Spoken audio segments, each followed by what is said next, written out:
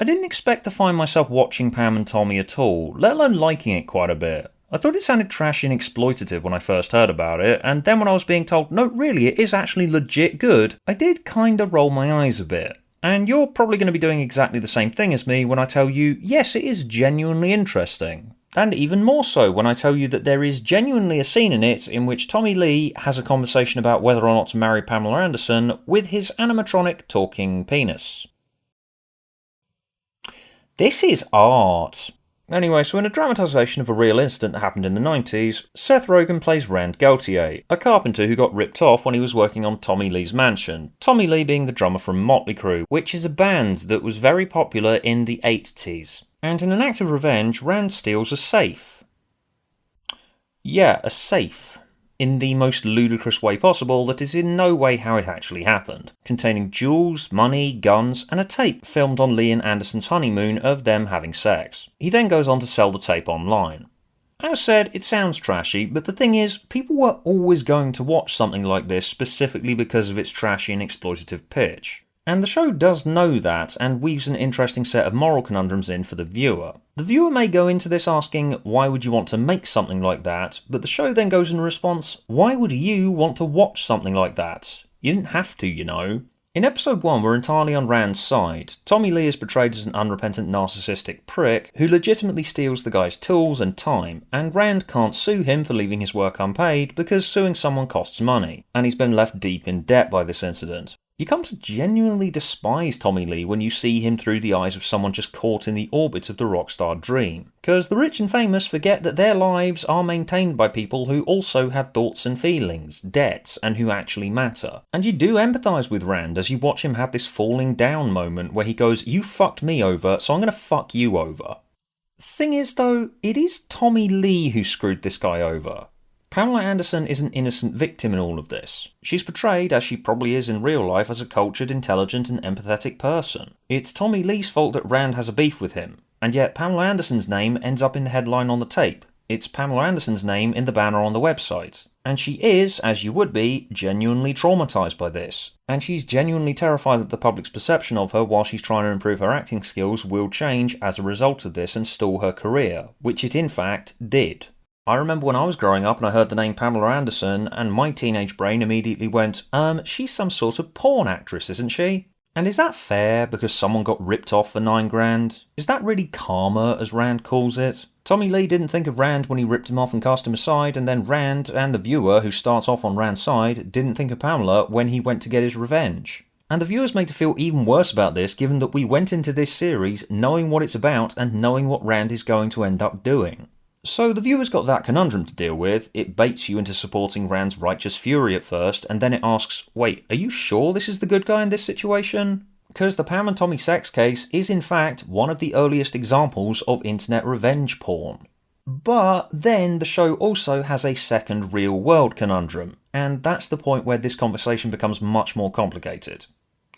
It is quite clear from recent reporting that Pamela Anderson, the real person, does not like that the show has unearthed a part of her life that she'd much rather forget. And nothing I have to say about this series' merits will take away from the fact that it just shouldn't have been made.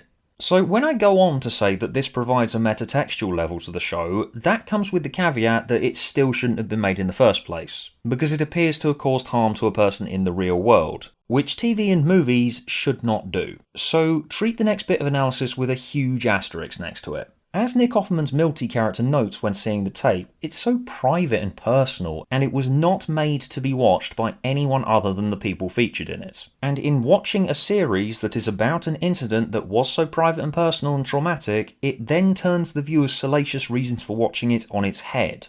I felt seedy, wrong and horrible watching it, knowing that the person this is based on had this horrific moment of something private and personal being sold for all the world to see, and the fact I was watching it dramatised in a biopic that she did not authorise and that I felt so compelled to watch it, wasn't entirely the show's fault.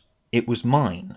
By starting out by having Rand as this wronged victim and making you want him to get back at Tommy Lee, it leaves the sympathy for Pamela Anderson's position until the episode where the sex tape is actually being sold, where it shows her trying to get the directors and producers on Baywatch to give her more of an opportunity to showcase her skills instead of just her body. You feel so bad for getting invested in Rand and Tommy's feud, and you forget that Pamela Anderson is an innocent person who got hurt by this. Just like you now feel bad for seeing this series advertised and thinking, ooh, it's about a celebrity fucking scandal, I think I'll watch that, without thinking about whether Pamela Anderson, the real person, would be hurt by this show's existence. The makers may claim they're trying to make a point here, but yeah, you're kinda playing into this.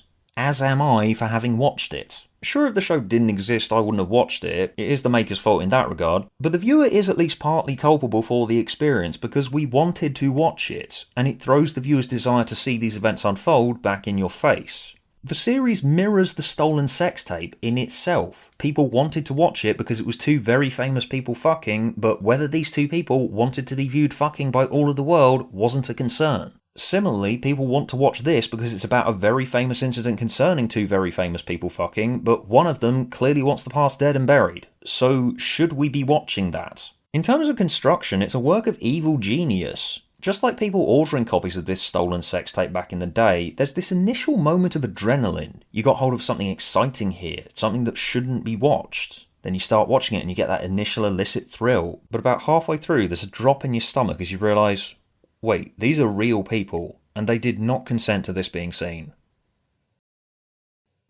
I imagine that's what watching the sex tape would have felt like. I haven't actually watched it and don't want to because of this reason. The series takes every step it needs to in order to make you feel absolutely horrible for watching the worst moments in Anderson's life play out on screen for supposed entertainment purposes. They say entertainment purposes, but there is nothing entertaining about what happens to Pamela Anderson in this show. She does not deserve anything that happens to her. Whether all of this was a conscious decision on the part of the makers is unclear. It probably wasn't, but metatextually the series is saying, so you saw this show advertised about a stolen sex tape.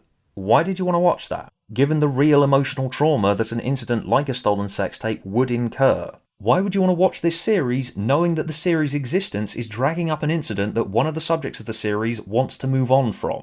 It's just that illicit thrill of watching something that you shouldn't be watching, isn't it?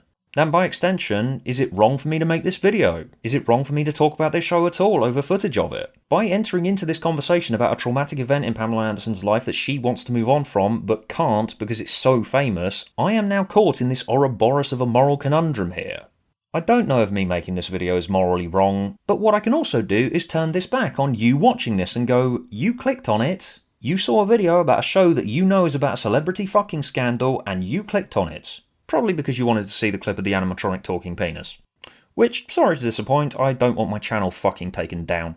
But you still watched it anyway, didn't you?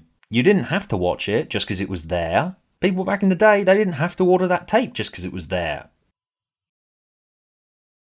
So yeah, why not like the video and subscribe for more content that will make you feel bad for watching it?